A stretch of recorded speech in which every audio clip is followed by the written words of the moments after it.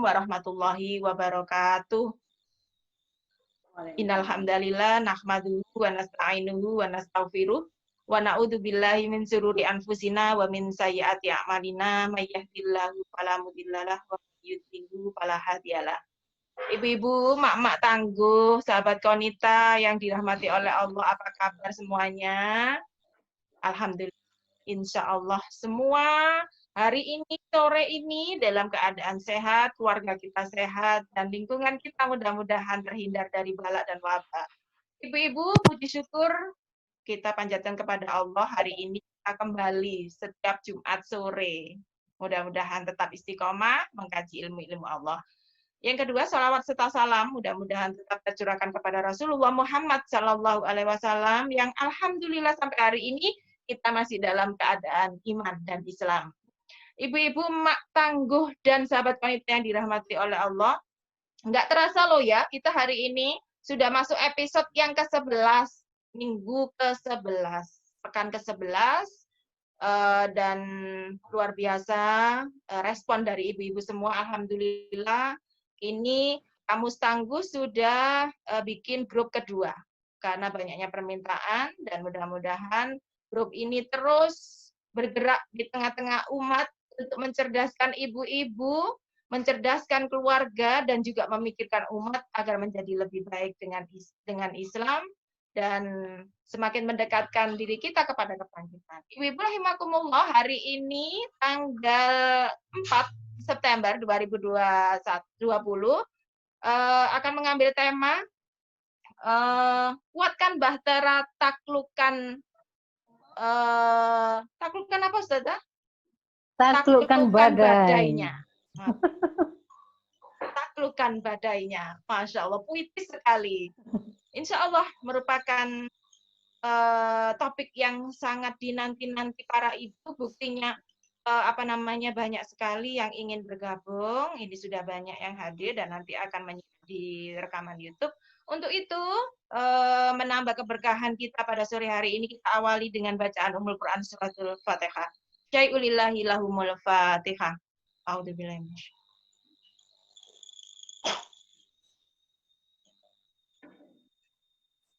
Ihdinas siratal mustaqim.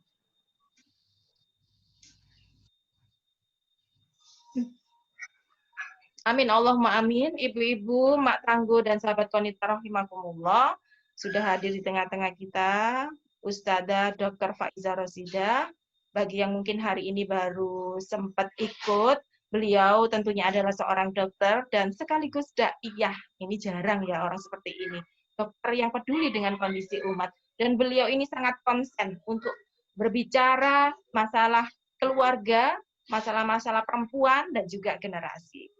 Ustazah, saya persilakan langsung saja untuk menyampaikan materinya. Monggo Ustazah. Nggih, matur nuwun Bu Aini. Bismillahirrahmanirrahim. Assalamualaikum warahmatullahi wabarakatuh. Waalaikumsalam. Alhamdulillahirabbil alamin. Alhamdulillahilladzi arsala rasulahu bil huda wa dinil haqq liyudhhirahu 'ala dini kulli wa kafa billahi syahida. Asyhadu an la ilaha illallah wa asyhadu anna Muhammadan abduhu wa rasuluh. Allahumma shalli ala sayyidina Muhammad wa ala ali sayyidina Muhammad. Rabbi shrah li sadri wa yassir li amri wa hlul 'uqdatam min lisani yafqahu qawli. Alhamdulillah ibu muslimah tangguh, mama muslimah tangguh yang dimuliakan Allah. Alhamdulillah sore hari ini kita diperkenankan oleh Allah bertemu lagi dalam majelis ilmu kita yang insya Allah mubarakah. Karena kalau hadis mengatakan majelis-majelis ilmu seperti ini, mestinya yang offline ya, itu adalah salah satu taman dari taman-taman surga. Kalau online gini, statusnya majelisnya jadi tidak satu tempat ya. Tapi kita terkoneksi dalam jaringan dunia maya atau di internet ya. Kita berkumpul meskipun berbeda tempat, tapi pada satu forum yang pertemuan yang sama pada masa dan waktu yang sama. Semoga ini juga menjadi terhitung sebagai salah satu dari majelis ilmu yang merupakan salah satu taman surga di dunia, yang merupakan salah satu di antara taman-taman surga Allah ya.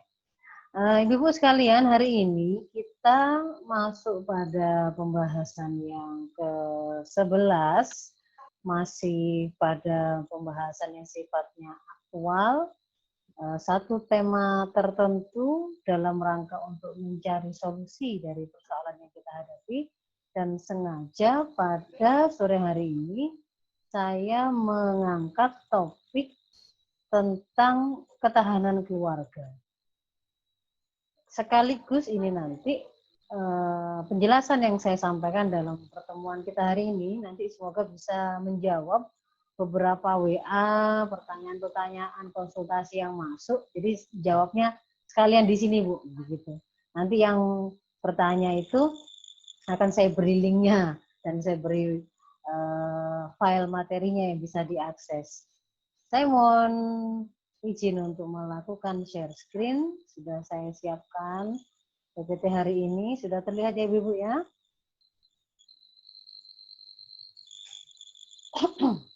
Jadi, saya memberi judul Perkuat Bahteranya Bersama Taklukkan Badainya. Ada dua item yang mendapatkan penekanan di sini. Ada bahtera, ada badai.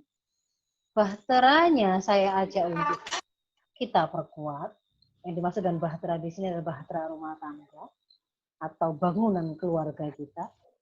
Dan badai di sini adalah ujian yang sedang menerpa dan dihadapi oleh bahtera kita ketika kita mengarungi perjalanan kehidupan berumah tangga.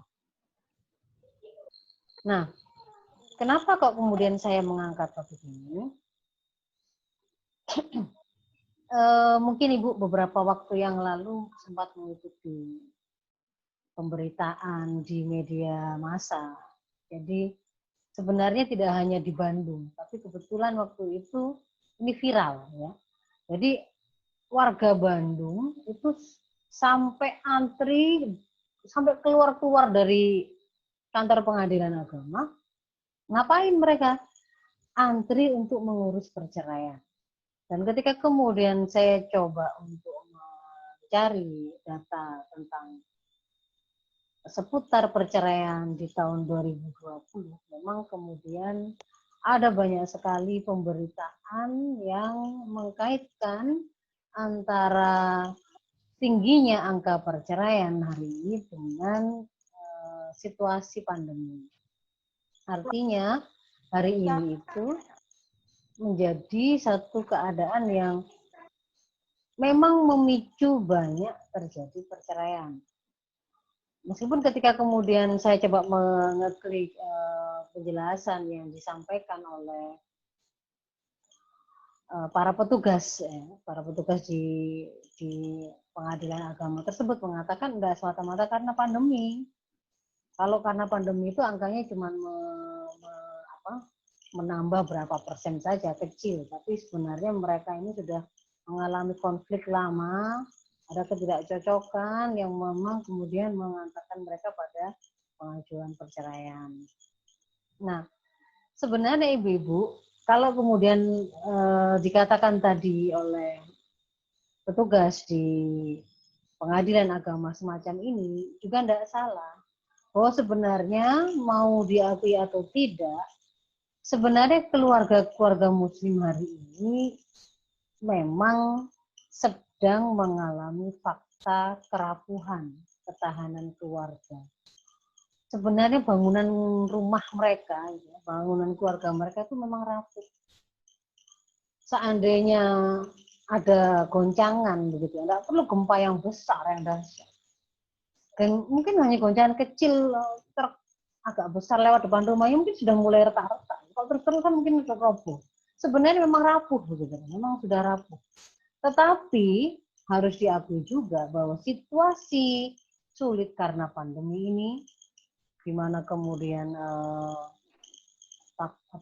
aktivitas-aktivitas produksi akhirnya berhenti, industri-industri juga mengalami stagnan, ya, mulai banyak terjadi PHK di sana sini, sulit sekali kemudian mendapatkan pekerjaan baru.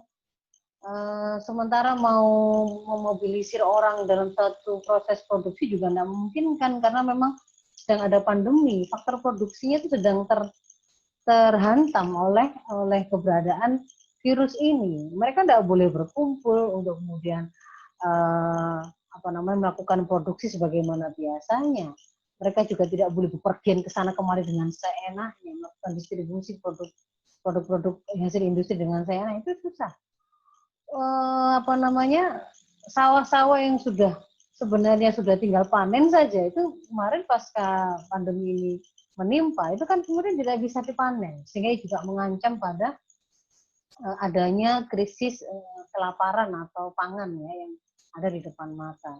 Jadi bahwa harus diakui sebelum pandemi memang ketahanan keluarga muslim hari ini itu mengalami kerapuhannya, akan tetapi pandemi ini membuat kerapuhan itu terlihat begitu jelas. Jadi seperti ditelanjangi, memang kelihatan sekali. Begitu nggak boleh sekolah, anak-anak disuruh belajar di rumah, konangan. Ternyata orang tua itu garang tok nek merotes gurunya marahin anaknya. Tapi begitu anaknya sekolah di rumah, disuruh ngajari orang tuanya lebih kejam dari gurunya tadi. Ya dia yang nggak sekedar kalimat-kalimat kekerasan verbal yang dia katakan membodohkan, menggoblokkan dan seterusnya, merendahkan anaknya, tapi juga main pukul, tendang dan seterusnya. Kemudian itu juga menampakkan gejala yang lain. Ternyata ada ketimpangan, ada komunikasi yang tidak bagus antara suami dan istri yang ditelanjangi oleh COVID ini.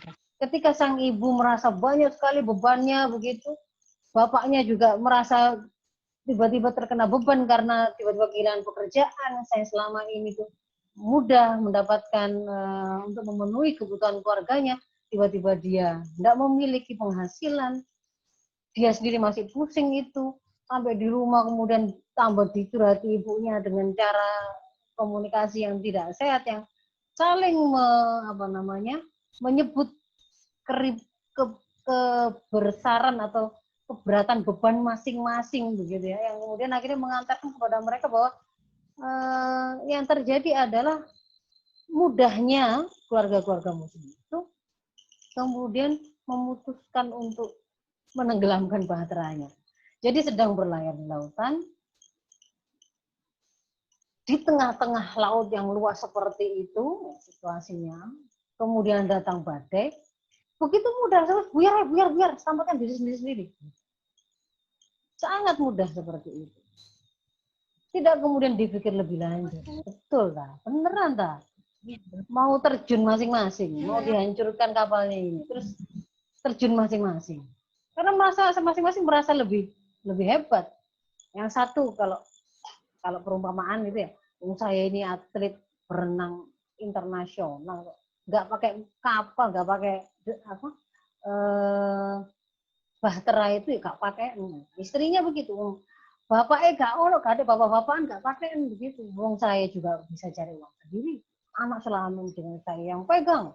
Bapak cuma bisanya begitu. Terus ya yang itu kalimat kesombongan yang lebih kepada merasa dirinya itu sudah mampu untuk meninggalkan bahtera itu, mengarungi sendiri ganasnya air laut dan badai yang sedang dihadapi. Jadi mereka memilih menenggelamkan kapal dengan begitu mudahnya.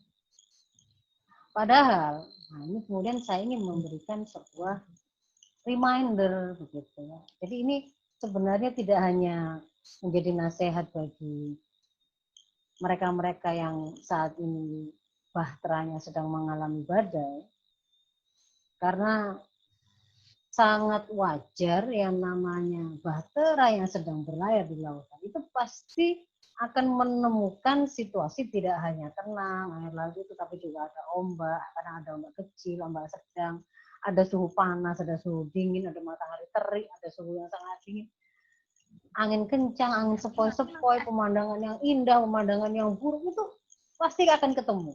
Dan tidak ada tidak ada pakemnya. Akan ketemu badai itu kalau kita sudah berperjalanan itu 20 tahun, 5 tahun, atau 1 tahun, itu tidak ada. Ada yang kemudian bisa sejak awal menemui badai tersebut, atau menemukan fakta bahwa kapalnya ini tidak sanggup untuk cukup kuat untuk mereka meneruskan perjalanan yang harus segera mereka atasi. Itu bisa jadi di tahun pertama, bisa juga kemudian setelah anak-anak yang tumbuh dari keluarga itu sudah besar semua. Kemudian baru ada perceraian setelah 30 tahun.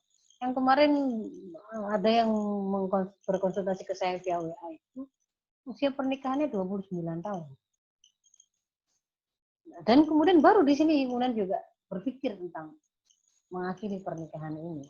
Gitu ya. Padahal kita tidak tahu apakah kemudian usia kita itu kurang 1 tahun, atau kurang 1 hari, atau kurang 1 minggu. Kita tidak tahu. Betulkah kemudian keputusan, biar dewe-dewe kita terjun masing-masing, selamatkan diri masing-masing.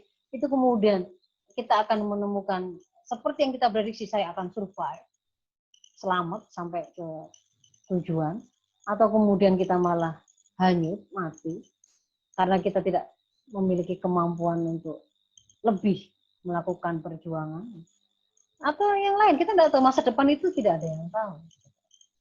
Tapi kita diberikan sebuah tuntunan yang sangat jelas oleh Islam, yang semoga nanti apa yang kita bahas hari ini bisa menjadi nasihat, pengingat, rambu-rambu yang membuat kita itu satu sisi mengerti hakikat pernikahan kita itu apa, bahtera yang kita bangun ini, dan berperjalanan dengannya ini hakikatnya apa.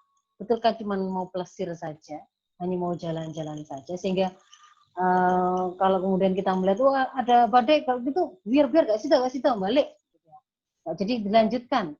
Ataukah kemudian memang kita harus pergi ke tujuan itu? Apakah boleh kemudian kita hanya main-main saja, gitu ya, janjian berperjalanan bersama, tapi kemudian di tengah jalan kita memutuskan nggak jadi, saya punya partner yang lain, saya menemukan ABK yang lebih baik daripada kamu, atau bagaimana? Padahal sudah ada akad itu tadi. Apakah boleh kemudian main-main seperti itu? Maka ditunjukkan oleh Islam bahwa pernikahan itu adalah sebuah mitsaqon ghalidh. Dia adalah sebuah perjanjian yang agung, yang kuat, yang besar. Allah berfirman, a'udzubillahi minasyaitonir rajim. Wa kaifa ta'khudunahu wa qad afdha ba'dukum ila ba'din wa akhadna minkum mitsaqan ghalidha. Ini adalah sebuah ayat yang kemudian berisi pertanyaan retoris yang artinya sebenarnya larangan, gitu ya, kepada para suami. Kok bisa kemudian kamu itu setelah kemudian berniat menceraikan, terus kamu ambil lagi mahar yang kamu berikan, nafkah-nafkah yang kamu berikan, pemberian yang kamu berikan kepada istrimu, begitu ya. Padahal sebagian dari kamu itu telah berkumpul dan sebagian yang lain. Maksudnya ini, padahal kan selama ini kamu tadi sudah bersetubuh, sudah bergaul intim dengan istrimu, sudah saling menikmati satu dengan yang lain, sudah saling mengetahui auratnya satu dengan yang lain, sudah melakukan aktivitas yang mulanya itu haram dan halal karena kemudian akad pernikahan, dan ada yang mahar yang harus dibayarkan di situ. Lalu bagaimana mungkin kamu mau mengambil kembali pemberianmu itu? Dan wa akhadna minkum, mereka para istri-istri itu telah mengambil darimu mitsaqan ghalidha, sebuah perjanjian yang agung, perjanjian yang kuat, perjanjian yang besar, yaitu perjanjian atas nama Allah bahwa para suami itu akan menikahi mereka, mempertahankan pernikahan mereka dengan ma'ruf, dan seandainya kemudian qadar Allah menetapkan mereka bercerai, maka melepaskannya itu juga dengan baik. Jadi bukan kemudian dengan keburukan sebagaimana ini tadi. Dan di sini kita bisa mengetahui bahwa ternyata akad yang telah dibuat oleh suami itu tadi itu adalah sebuah mitsaqun ghalidz, disebutnya oleh Allah sebagai mitsaqun ghalidz. Dan kalau kemudian kita membuka hadis, ini adalah nasihat yang disampaikan oleh Rasul pada waktu memberikan khutbah di Haji Wada. Bahwasanya Rasul bersabda, Ittaqullaha fin nisa. Para suami, para laki-laki itu diperintahkan untuk bertakwa kepada Allah. Merasa takutlah kalian kepada Allah dalam perkara perempuan, dalam urusan kalian, dalam urusan dengan para wanita. Kenapa kok kemudian Allah mengatakan begitu? Ini sepertinya kan takutnya itu kamu boleh mungkin nggak takut dengan istrimu, kamu nggak takut mendoliminya, kamu nggak takut mungkin melakukan perlakuan-perlakuan buruk, tapi Allah mengingatkan, takutlah kalian itu kepada Allah. Fa innahunna awanun indakum. Karena sesungguhnya mereka itu adalah laksana tawanan kalian yang akhadtumuhunna bi amanatillah. Kalian itu mengambil mereka itu sebagai amanah dari Allah. Jadi itu amanahnya Allah kamu ambil. Yang akan bertanya, yang akan meminta pertanggungjawaban dari amanah itu siapa? Allah. Makanya kemudian Allah mengatakan ittaqullah. Takutlah kalian kepada Allah dalam urusan dengan para wanita. Karena kalian telah mengambil mereka sebagai amanah dari Allah, wastahlaltum furujahunna bi kalimatillah. Dan kalian telah menghalalkan kemaluan mereka itu dengan kalimat Allah. Kalau bukan dengan izin Allah, dengan kalimat Allah. Sesuatu yang merupakan kehormatan perempuan itu dia tidak akan mau menyerahkannya. Karena kemudian para suami itu memintanya dengan kalimat Allah, mengambilnya sebagai amanah Allah, meneruskan tugas dari orang tuanya yaitu ayah dari sang wanita tadi sebagai wali bagi perempuan yang dia nikahi tadi, untuk kemudian menjaganya dengan baik, memeliharanya dengan baik, melakukan pendidikan atau takzim kepada mereka dengan baik, memenuhi kebutuhan-kebutuhannya dengan ma'ruf, mempergaulinya dengan ma'ruf. Tentu mereka tidak akan mau. Jadi ini urusannya, pernikahan itu bukan sekedar sebuah akad yang sifatnya antara seorang perempuan dan laki-laki. Tetapi masing-masing itu membuat akad dengan mencantolkan akad itu kepada Allah. Saya mengambil amanah sebagai istri saya ini, itu dengan menjadikan Allah sebagai saksinya, dan itu merupakan amanah dari Allah, menjadi halal bagi saya karena ada kalimat Allah yang saya pakai di sana. Dan itu akan dimintai pertanggungjawaban. Jadi kalau kemudian kita bicara pernikahan dalam Islam, tidak main-main. Ini adalah perkara besar. Makanya kawin itu, perkawinan, pertemuan dalam tanda kutip, pertemuan intim antara laki-laki dan perempuan dalam Islam, hanya dibolehkan dalam lembaga pernikahan. Setelah ada akad yang kemudian ada ijab, ada qabul, ada sebuah kalimat yang meminta dan kemudian menyetujui, menyetujui untuk kemudian menikah. Yang akad itu adalah mitsaqun ghalidz, yang akad itu merupakan pertanggungjawabannya adalah kepada Allah langsung. Jadi dia bukan sebuah aktivitas yang bisa dilakukan sembarangan di semak-semak, di tengah jalan, di taman, di pinggir pantai, yang kemudian akhirnya tidak terpelihara kehormatan bayi-bayi yang lahir darinya, kejelasan nasabnya. Kalau kemudian si perempuan ini kemudian ditinggalkan, ini juga tidak jelas, kan tidak dengan akad. Sementara kalau pernikahan tadi dengan akad, yang akad itu diambil dari Allah atas nama Allah. Ini adalah amanah dari Allah. Maka kemudian itu menjadi sesuatu yang membuat segala amanah yang akan dilahirkan dari proses akad itu benar-benar kemudian diurus dengan baik, disiapkan dengan baik. Jadi tidak main-main begitu. Tidak ada kemudian ceritanya terus sampai ada anak bayi lahir kok nggak jelas apa bapaknya. Nah, siapa yang harusnya ngasih asimu gitu. Siapa yang harusnya ini menafkahi, yang menjaga keamanannya, melindungi dia dari kerusakan. Tidak jelas, itu tidak ada. Tapi kalau kemudian dia berawal dari akad, yang akad itu merupakan mitsaqun ghalidh, yang itu merupakan amanah dari Allah, maka itu sesuatu yang kemudian oleh Allah tetapkan. Kamu dikatakan amanah kalau kemudian melakukan sebagaimana rambu-rambu yang saya berikan. Maka karena ini adalah sesuatu yang besar, mestinya itu tidak gampang-gampang sidik-sidik buyar, sidik-sidik buyar. Buyar kok sidik-sidik. Sidik-sidik cerai, sidik-sidik cerai. Cerai kok sidik-sidik. Itu sesuatu yang hari ini kita lihat, mau kayak 3 hari, 1 bulan, ya selesai kemarin itu. Pada waktu kemudian akad itu paham nggak apa yang dimaksudkan? Kan kalau kemudian disebut sebagai akad dalam Islam itu ada kriterianya gitu, bisa disebut akad itu. Bahwa kalimat yang disampaikan di situ ada ijab, ada qabul, masing-masing paham apa maksudnya, paham apa konsekuensinya. Nggak boleh kemudian sok-sokan pakai bahasa Arab atau bahasa apa, bahasa Prancis, bahasa yang lain, tapi dia nggak ngerti maksudnya. Karena ini konsekuensinya adalah dia menyepakati sebuah kesepakatan.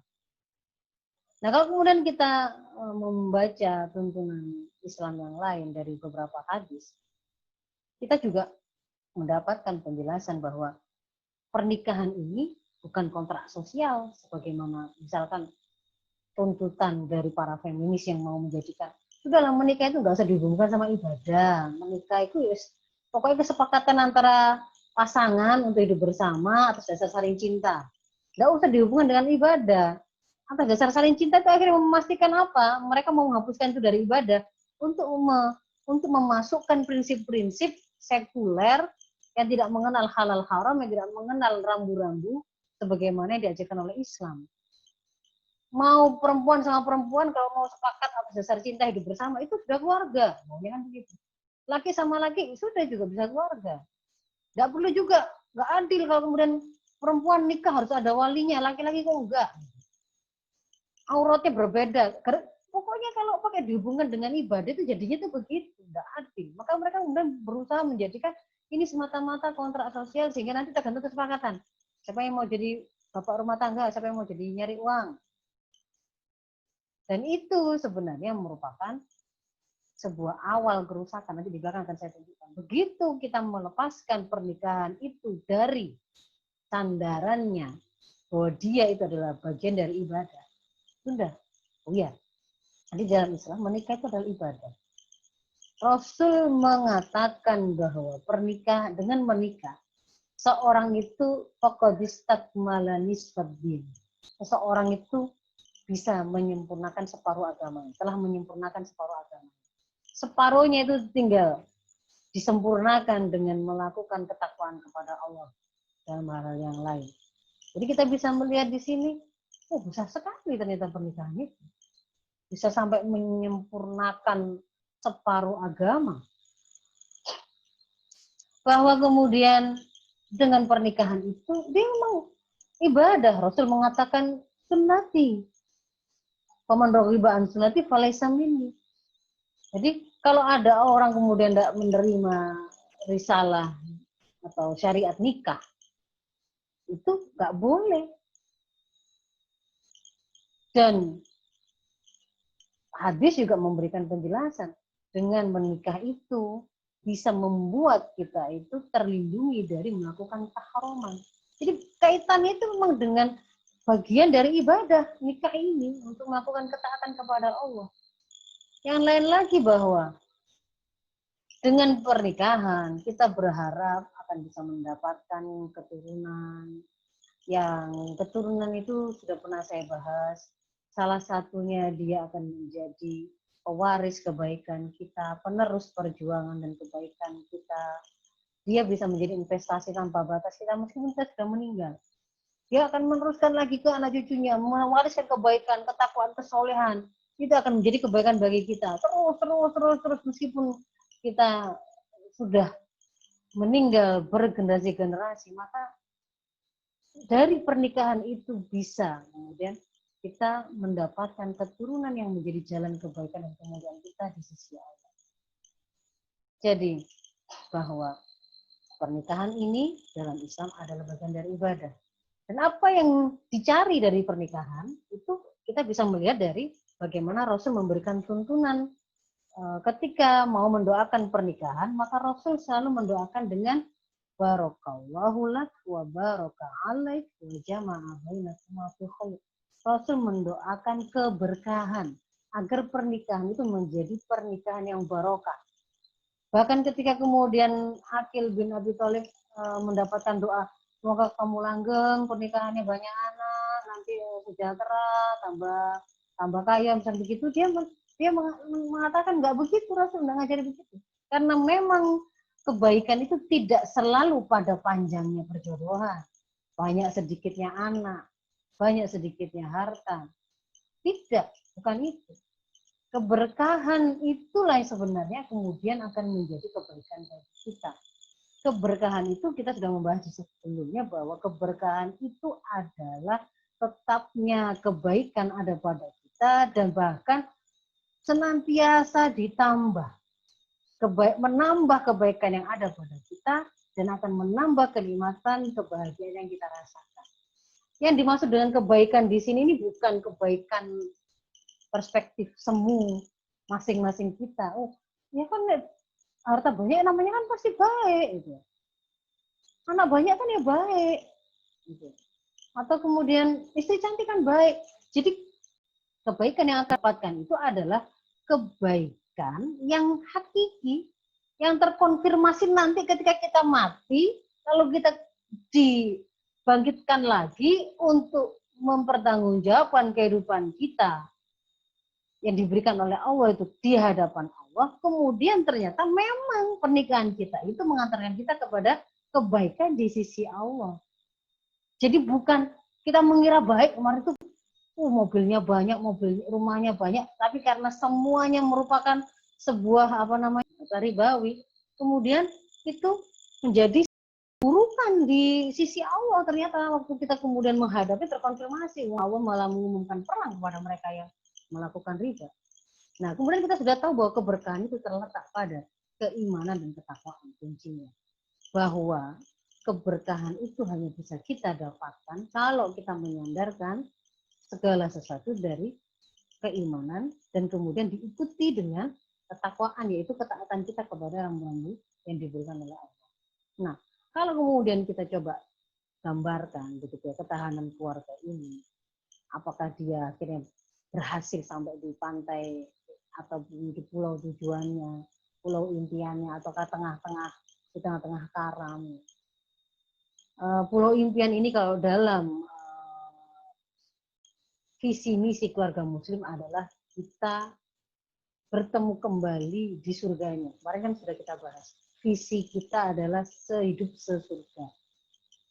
Selama hidup itu dalam kebaikan, kalaupun kemudian mati itu adalah kematian yang sementara karena kita nanti akan dipertemukan lagi di surga. Dan itulah sebenarnya maksud dari pernikahan kita. Kita akan ketemu. Jadi terbantu untuk kemudian berkumpul lagi di keluarganya menggunakan bahtera ini. Maka ketahanan ini sangat dipengaruhi oleh ada faktor internal, ada perjalanan yang akan ditempuh, juga akan mempengaruhi besarnya perjalanan, dan juga faktor eksternalnya yang melingkupi perjalanan kita. Nanti akan saya bahas satu-satu faktor internalnya. Yang dimaksud dengan tujuan atau beratnya perjalanan. Kalau naik kapal itu sekedar untuk lesir, tentu nggak perlu berpikir saya harus menemukan seorang partner dalam mengarungi lautan itu tadi, itu untuk jangka waktu yang visinya itu sampai ke akhirat nanti. Saya ambil contoh kisahnya Salahuddin Al-Ayyubi. Salahuddin Al-Ayyubi itu orang tuanya Yang satu sebenarnya juga adalah seorang pembesar gitu. Tinggal ditikrit. Karena lama dia tidak menikah, lalu kemudian dia ditawari oleh saudaranya beberapa putri-putri penguasa, anak-anaknya sultan, anak-anaknya pejabat gitu. Tapi kemudian ayahnya Salahuddin itu menjawab, mereka tidak cocok untuk saya. Loh, kok bisa nggak cocok? Sudah dipilihkan yang paling bagus nih. Maka beliau mengatakan, kan ditanya, terus yang kamu cari itu yang seperti apa? Yang saya cari adalah seorang wanita solihah yang dia menggandeng tanganku ke surganya Allah, yang dari rahimnya itu akan lahir anak-anak yang kemudian dia didik, dia tarbiyah untuk menjadi kesatria pembebas Al-Quds. Padahal beliau tinggal di Irak. Saat itu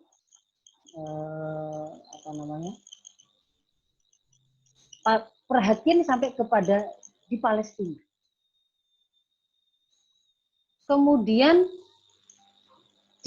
di satu saat yang lain, ayahnya Salahuddin Ayyubi ketika di satu masjid duduk-duduk dengan seorang ulama begitu di Tikrit, lalu ada seorang perempuan dari balik tirai memanggil ulama yang sedang beliau duduk bersama itu.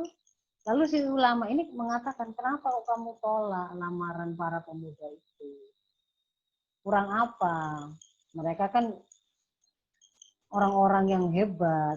Kemudian sang perempuan ini juga menjawab, memang mereka adalah para pemuda terbaik yang terhimpun pada mereka ketampanan, kekayaan, kebaikan. Tapi mereka tidak cocok untuk saya. Terus yang cocok untuk kamu bagaimana? Maka sang perempuan dari balik tirai itu kemudian menjawab, adalah seorang laki-laki yang menggandeng tanganku ke surga, yang dari pernikahan itu aku akan melahirkan satria yang akan membebaskan Palestina. Itu langsung kaget itu bapaknya Salahuddin Ayyubi itu, bapaknya Salahuddin. Kok kalimatnya persis?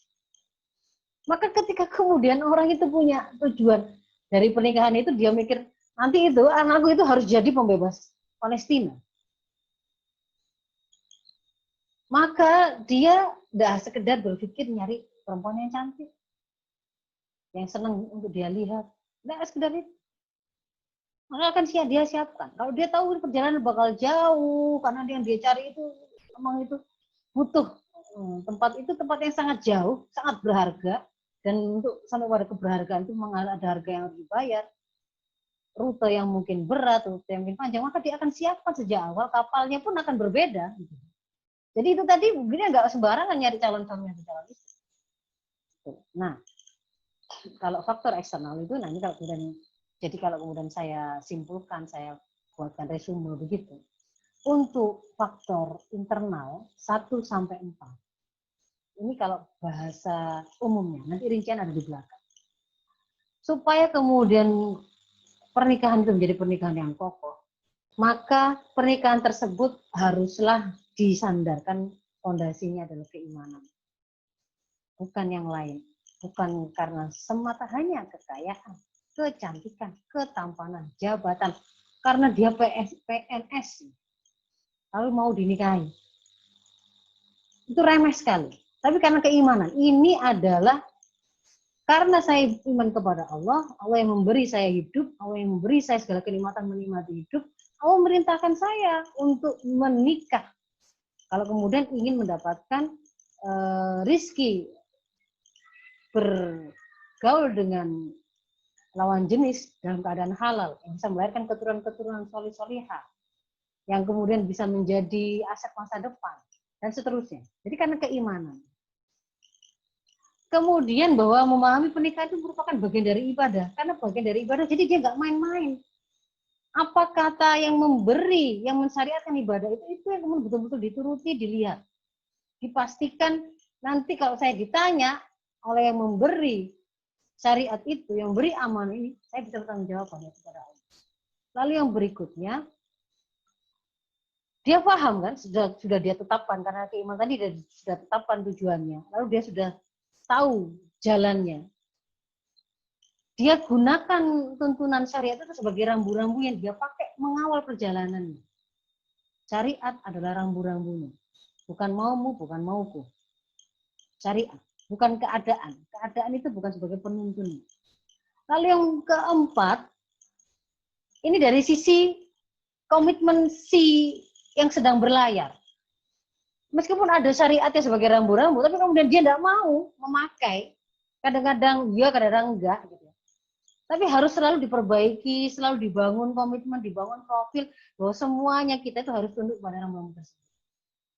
Dan yang berikutnya, yang kelima ini faktor eksternalnya adalah daya dukung lingkungan yang juga bersandar pada keimanan dan ketakwaan. Artinya sistem yang melingkupi itu juga didesain untuk sama-sama membantu keluarga-keluarga yang ada di bawahnya itu untuk semakin taat kepada Allah, bisa menjalankan ibadahnya. Bukan malah dikompor-kompori untuk malah melakukan keharuman atau malah dirusak. Nah, itu tadi yang memperkuat. Yang memperkuat. Atau rahasianya. Lalu celah kehancuran atau hal yang akan menjadi lubang-lubang bahtera rumah tangga yang harus segera kita tutup, kalau enggak dia akan malah menjadi jalan tenggelamnya kapal kita itu apa? Yang pertama adalah niat yang tidak benar atau sahih. Sudah jelas ini, sudah paham. Sejak awal aja niatnya memang salah. Sebuah amal itu ditentukan awalnya oleh niatnya. Nah, kalau awalnya niatnya itu memang mau melakukan maksiat, ya sudah, amal yang akan dilahirkan juga akan kemaksiatan. Kalau awalnya itu mau ibadah pasti nggak akan dicampur-campur dengan kemaksiatan. Orang mau ibadah kok malah campur-campur dengan kemaksiatan. Jadi niat awal dulu benar. Kalau kemudian tidak benar, pasti jadi awal kehancuran. Nggak lama nanti. Dia mengira kecantikan itu, sangat cantik, ternyata begitu dihapus make up pasca resepsi, konangan itu ternyata. Kulitnya itu nggak seputih pada waktu di resepsi karena bedaknya 1 sentimeter tebalnya.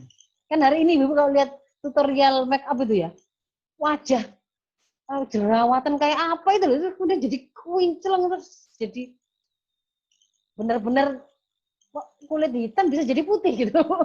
Kulitnya jadi putih. Bahkan nenek-nenek bisa jadi umur 25 tahun. Kan ada ya yang kemarin viral itu. Sebelum dan sesudah. Nenek-nenek umur 60 atau 70 begitu, itu yang masih yang kelihatan sekali kerut-kerutannya, kemudian pada waktu dia jadi pengantin berubah. Nah kalau kemudian niatnya itu tadi, ternyata bukan. Sudah kecewa, pas selesai. Terus nggak situ, biar gitu. Yang kedua, syariat nggak jadikan tuntunan. Memang nggak kepingin gitu loh. Dia nggak ngerti bahwa sebenarnya memang ini kuncinya. Dia mengira pernikahan itu pokoknya untuk biar bisa bersetubuh, biar bisa merasakan kenikmatan aktivitas seksual. Sehingga kemudian nggak paham di belakang itu sebenarnya kemudian ada rambu-rambu yang harus dia penuhi. Bahkan dia tidak tahu, dia tidak mengilmuinya. Tidak kemudian nanti di belakang itu saya sampaikan, tidak mendesain dirinya, merencanakan untuk menjadi tahu. Jadi tidak mengalokasikan waktu untuk kemudian mengupgrade pengetahuannya tentang syariah seputar pernikahan dan hal terkait. Jadi semuanya itu dijalankan dengan membuta gitu ya, dengan kegelapan meraba-raba, tidak ngerti. Ketika kemudian ada pertengkaran, sang laki-laki atau suami, sidik-sidik, sudah kamu tak cerai, sudah kamu tak tahu. Dia tidak paham bahwa begitu itu dia sampaikan, itu sudah jatuh talak. Karena bagi seorang pria itu, kalimat akad nikah dan talak itu adalah akad. Mengatakan saya nikahi kamu, saya cerai kamu, itu akad. Itu akad. Jadi itu sudah diprestasikan di hadapan Allah, jatuh kalau kemudian dia menyampaikan. Karena dia diberikan hak itu padanya. Kalau kemudian ada bapak-bapak atau kami yang lewar gitu, sidik-sidik gitu. Tapi kemudian ada yang konsultasi kan begitu. Bolak-balik. Itu bolak-balik kan saya kalau bertengkar bolak-balik bilang cerai. Tapi habis itu seperti tidak terjadi apa-apa. Jatuhnya zina. Gara-gara ketidaktahuan ini kan. Ya. Dan kemudian tidak membiasakan, tidak membangun profil dan komitmen untuk taat pada tuntunan syariat. Seringkali akhirnya kalau kemudian tidak berusaha menyandarkan taat pada syariat, akhirnya ya hawa nafsu yang berbicara. Kalau hawa nafsu yang berbicara, ego masing-masing. Apa kataku? Apalagi kemudian senang maksiat justru yang dibiasakan itu. Jadi memang nyari nyari pasangan itu, nikah itu yang sama-sama pemakai narkoba itu bisa saling ini bekerja sama menjadi pemakai. Nah, saya lanjutkan lagi. Ini contoh di antara sesuatu yang sebenarnya sangat prinsip tapi karena tidak diketahui, akhirnya banyak yang melakukan pelanggaran, dan ini menjadi celah awal kebocoran bahtera rumah tangga dan tenggelamnya rumah tangga itu. Bahwa Allah telah meletakkan di antara tuntunan syariah itu ar-rijalu qawwamuna 'alan nisa. Bahwa para laki-laki itu adalah qawwam bagi para perempuan. Pemimpin, pemelihara, pendidik yang meluruskan, ya, yang menjamin urusan, menjaga kehormatan, itu qawwam, itu di tangan laki-laki. Sebelum bicara para perempuan yang solihat itu begini, ini kan pas solihat itu setelahnya, tapi laki-laki disebut dulu. Itu qawwam atas nisa. Maka qawwam ini itu memang harus betul-betul dipahami oleh para nisa. Ini nggak boleh dirusak, nggak boleh dirongrong. Allah memang telah meletakkan ketentuan itu begitu. Kenapa kok para laki-laki itu dijadikan qawwam? Bima faddalallahu ba'dhum ala ba'din. Memang Allah menghendaki ada kelebihan yang Allah tetapkan itu untuk laki-laki, dan juga karena para laki-laki itu anfaqu min amwalihim, ada dua. Memang Allah menghendaki ditinggikan derajatnya lebih karena ada tanggung jawab yang lebih juga. Makanya kemudian Allah mensyariatkan kepemimpinan itu pada laki-laki. Nabi dari kalangan laki-laki, Rasul dari kalangan laki-laki, pemimpin negara penanggung jawab urusan rakyat juga dari kalangan laki-laki. Dan juga di antara alasannya disebutkan oleh Allah adalah bima anfaqu min amwalihim. Jadi yang laki-laki itu tidak boleh kemudian menjadi laki-laki yang gak ngerti apa tugasnya pemimpin, gak ngerti apa tanggung jawabnya. Yang perempuan itu juga harus memberikan hak kepemimpinan. Hak kepemimpinan itu adalah dia untuk ditaati keputusannya, selama itu tidak membahayakan perjalanannya, artinya tidak dalam rangka maksiat kepada Allah. Perjalanan bahtera masih menuju ke tempat tujuan, yaitu surga Allah. Masih mengikuti rambu-rambu, cuman bukan cara yang terbaik lah caranya. Mungkin agak-agak lemot sedikit, agak-agak kurang perhatian sedikit, kadang-kadang kalimatnya sempat maksiat, pernah keluar kalimatnya itu agak kasar. Tapi komitmennya masih, kalau diingatkan, oh iya, masih. Maka tidak boleh kemudian para perempuan itu, para istri itu terus merongrong itu. Karena dia merasa, oh saya punya uang sendiri, justru sodako di keluarga ini paling besar itu saya. Maka kemudian dia merasa lebih layak untuk kemudian merusak kehormatan suaminya, dijatuhkan kepemimpinannya, dibentak, direndahkan, dan seterusnya dengan kata-kata ataupun dengan yang lain. Mungkin kalau para perempuan mainnya di kata-kata, dia lancar berkata-kata. Nah, yang lain kemudian menjadi celah adalah karena berawal dari tadi tidak punya ilmunya, akhirnya banyak terjadi pengabaian hak dan kewajiban pasangan. Gak ngerti. Kayak misalkan para istri itu, wah kan katanya haknya perempuan itu diberi nafkah. Betul, tapi ukuran nafkah itu bukan kemudian pakai ada ukuran tertentu. Angkanya itu harus minimal, kalau saya ini harusnya 30 juta atau 1 miliar per bulan. Kemarin itu Pak, saya sempat lihat videonya artis itu, dia berusaha mencari informasi kalau artis ini itu berapa. Sampai harus keluar angkanya, berapa miliar begitu. Padahal kemudian dia mau punya bertanya begitu untuk apa? Untuk kemudian dia mau mengukur, suami saya kok nggak sampai segitu. Gitu. Karena sebelumnya dia pernah membuat sebuah video yang lain curhat tentang betapa menurut dia suaminya itu tidak memberikan nafkah sesuai dengan yang dia maksudkan. Nah, padahal kalau kemudian kita membaca tuntunan, kita akan temukan bahwa para suami itu memang wajib memberikan pakaian dan makanan sebagaimana dia makan dan dia berpakaian. Kan begitu. Lalu yang lain lagi, ini yang jangan kadang-kadang nggak disadari, nafkah haram. Begitu kemudian kita itu makan harta haram, maka harta haram itu akan menuntun dan menuntut kita itu melakukan keharaman-keharaman yang lain. Pasti panas itu rumah itu. Jadi kalau kemudian kok sering tukaran ya, kok anak-anak ini kok bengal-bengal gak belum sholat malah kena narkoba. Coba diteliti lagi, apakah ada harta haram masuk dalam mulut-mulut mereka? Kemudian yang berikutnya kepemimpinan yang lemah ini berawal dari ketidak pemimpin tadi dia tidak ngerti juga apa yang jadi tanggung jawabnya pemimpin karena tidak mengilmuinya. Jadi dia kepemimpinannya lemah. Sudah begitu kemudian istri yang meronok dengan suami. Dan yang berikutnya tidak ada pergaulan yang baik atau makruf dari suami kepada keluarga. Jadi haknya istri itu adalah mendapatkan perlakuan baik. Wa'ashiruhunna bil ma'ruf. Mu'asyarah bil ma'ruf itu haknya istri. Bagaimana perlakuan baik itu? Contoh kepada bagaimana Rasul. Kan Rasul mengatakan, wa ana khairukum li ahli. Dan sebaik-baik di antara kalian itu ya contohnya ya aku yang paling baik kepada keluarga. Itu beliau bagaimana ya bermesra-mesra, ya melakukan, ya membantu beban istrinya, ya kadang kemudian melakukan pekerjaan-pekerjaan rumah tangganya sendiri, menjahit bajunya.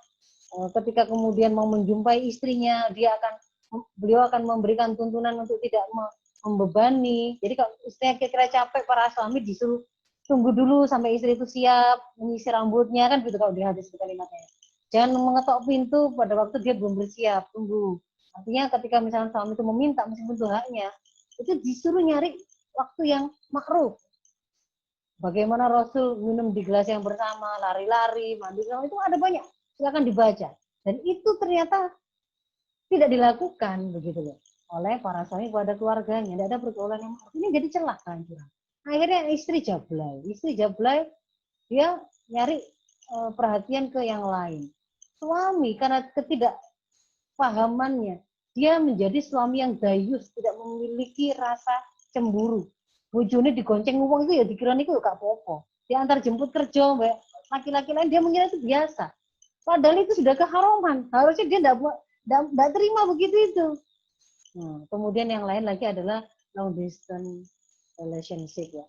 Kenapa kok ini kemudian juga menjadi celah? Karena bagaimanapun untuk bisa ada kedekatan itu juga jarak itu menentukan. Frekuensi pertemuan.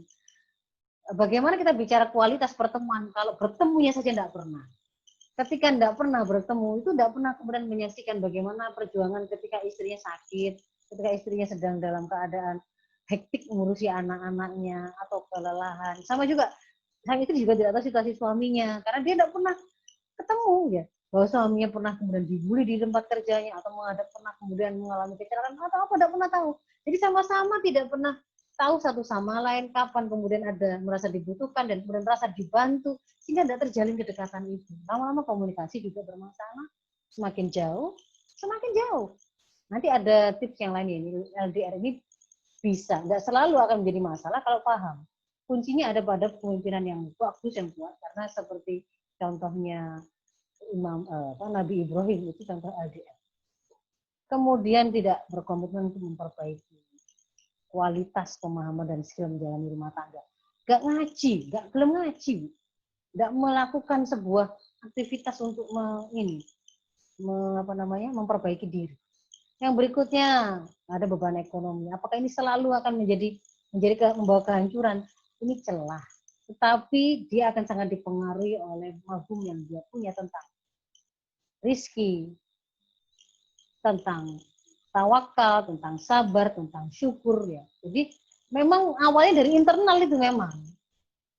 Lalu yang berikutnya hari ini keluarga kita itu menghadapi gempuran sistem rusak yang bernama sekularisme, liberalisme, feminisme, kapitalisme. Sampai mengajari kita bukan untuk taat pada halal haram, tapi menilai segala sesuatu mulia tidak mulia itu matre toh. Orang itu malu kalau kemudian dia lebih miskin dari tetangganya. Kalau perlu direwangi nyolong-nyolong, korupsi-korupsi gitu ya. Yang perempuan-perempuan juga dikompori oleh ide feminisme untuk sidik-sidik. Kalau suamimu melakukan kekerasan verbal, mengatakan begini, sudah minta cerai saja. Buat apa suami kayak begitu? Kamu bisa mandiri. Dikompori untuk menjadikan suami dan istri seperti musuh. Padahal konsep Islam mereka adalah sahabat terbaik dalam segala hal. Liberalisme ini juga begitu. Yang mengajari orang-orang kita yang ada di dalamnya ini diserang terus-menerus untuk mengagung-agungkan kebebasan individu, kebebasan pribadi. Jadi menghalalkan segala hal yang sifatnya menyenangkan, gaya hidup hedonis. Ganti-ganti pasangan, lo enak daripada udah satu orang toh dengan pernikahan. Itu karena pengaruh ide liberalisme ini. Dan ini kemudian melahirkan tatanan sistem pergaulan yang rusak juga. Ketika keluar para perempuan diajarin itu semakin dandan itu semakin bertabarut ya, menampakkan aurat, menampakkan tampilan yang membuat orang itu justru menarik perhatian laki-laki lain, sebentar di rumah enggak. Lalu kemudian di sana ada pergaulan yang nggak jelas, nggak ngerti batasannya laki perempuan. Ya dugem, ya ya curhat-curhatan, ya ceplek-ceplekan, ya pijet-pijetan, itu menjadi satu yang biasa, dan itu menjadi awal kerusakan. Dia tidak pernah komunikasi sama suaminya atau istrinya, dia malah curhat kepada teman kerjanya. Tertipu kehidupan dunia, termasuk kegagalan sistem pendidikan yang tidak menyiapkan. Kita tidak pernah disiapkan oleh sekolah, Bu, oleh kurikulum yang ada. Untuk ketika keluar, lulus SMA, lulus kuliah, itu otomatis selain kita menguasai skill tertentu, science tech tertentu, kita itu juga didesain untuk siap mengemban amanat takdir pernikahan karena sudah dewasa. Dan yang lain adalah bahwa ada kegagalan pemenuhan hak dasar warga negara, sehingga itu tadi pendidikan mahal, kesehatan mahal, keamanan dan sandang pangan papan ini menjadi sesuatu yang susah untuk dipenuhi karena ada pengelolaan yang tidak betul. Kekayaan negerinya banyak, tapi kok rakyatnya miskin, bukan ternyata kekayaannya itu dimiliki oleh asing. Ya, jadi ini adalah beberapa hal yang satu sisi memperkuat bahtera, sisi yang lain itu adalah celah yang kemudian harus segera kita tutup begitu ada, begitu terjadi. Kita temukan, oh ada lubang ini, oh ada kekurangan ini, maka harus segera kita tutup. Mungkin itu, Bu, yang bisa saya sampaikan. Bu Aini, silakan kalau mau dilanjutkan dengan diskusi. Baik, Ustazah. Semoga bisa dimaafkan apabila ada hal-hal yang berkenan. Assalamualaikum warahmatullahi wabarakatuh. Waalaikumsalam warahmatullahi wabarakatuh. Alhamdulillah seru banget. Ustazah langsung ada yang nanya ini ya. Karena ini terkait dengan bahtera rumah tangga kita semua. Insya Allah mudah-mudahan kita bisa memetik hikmah, bisa memetik materi yang hari ini ada, dan kemudian untuk introspeksi ya di keluarga kita masing-masing. Dari Umutia, Assalamualaikum. Saya Bu Heni Umutia ingin bertanya, saya masih bingung dengan kedudukan budak perempuan karena mereka dibolehkan untuk digauli oleh pemiliknya.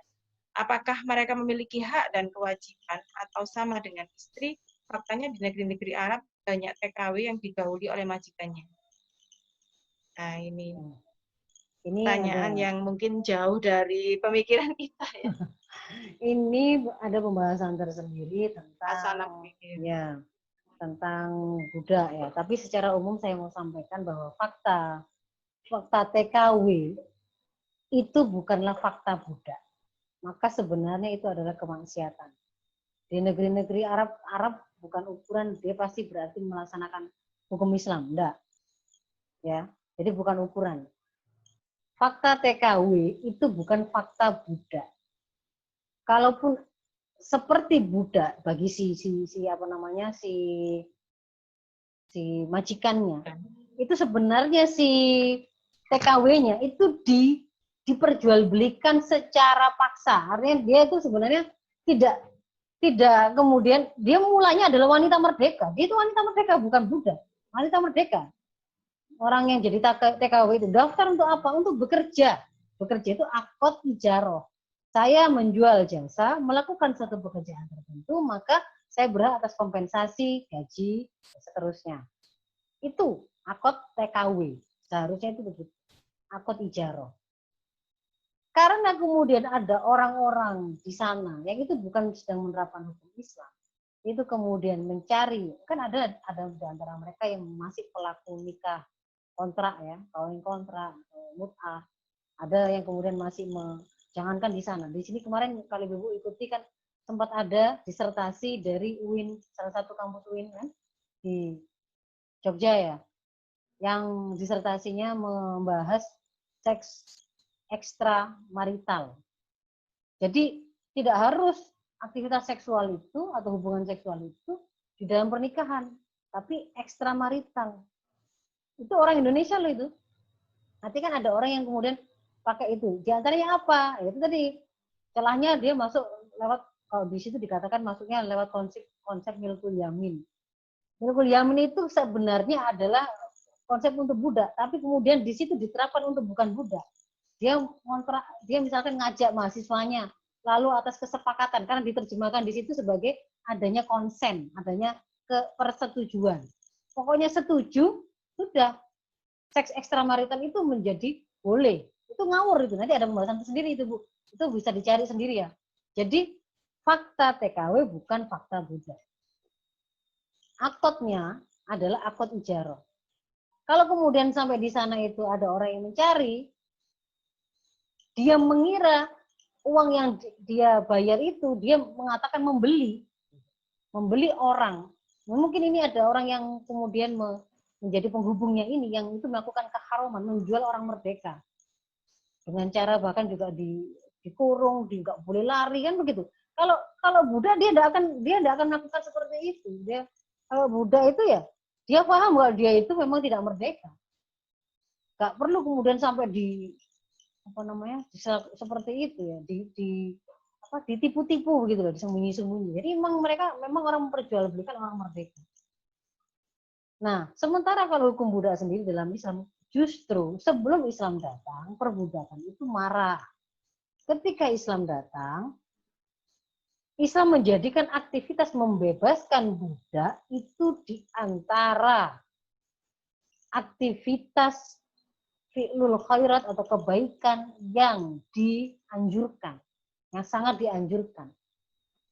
Justru membebaskan budak itu kemudian termasuk diantaranya adalah diletakkan sebagai salah satu bentuk